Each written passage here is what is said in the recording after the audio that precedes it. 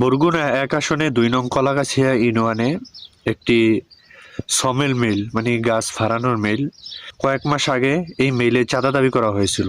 তো মালিক চাঁদা না দিতে পারার কারণে দীর্ঘদিন যাবৎ বন্ধ রাখা হয়েছিল।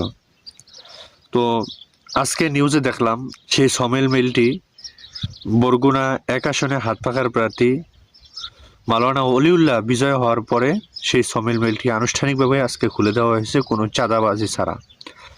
তো এইভাবেই আসলে চাঁদাবাজদের কবর রচনা হবে। আর যে আসনগুলোতে চাঁদাবাজরাই বিজয়ী হয়েছে সেখানে তো হুলস্থুল চাঁদাবাজি চলবেই, এটা তো বাধা দিয়েও রাখা যাবে না, কারণ ক্ষমতায় তো তারাই। আর যেখানে ভালো মানুষ নির্বাচিত হয়েছে, মাওলানা অলিউল্লাহ সাহেবের মতো দিনদার এবং পরহেজগার খাঁটি মানুষ যেখানে নির্বাচিত হয়েছে, আশা করি সেখানে চাঁদাবাজদের কবর রচনা হবে ইনশাআল্লাহ। এটাই তার দৃষ্টান্ত।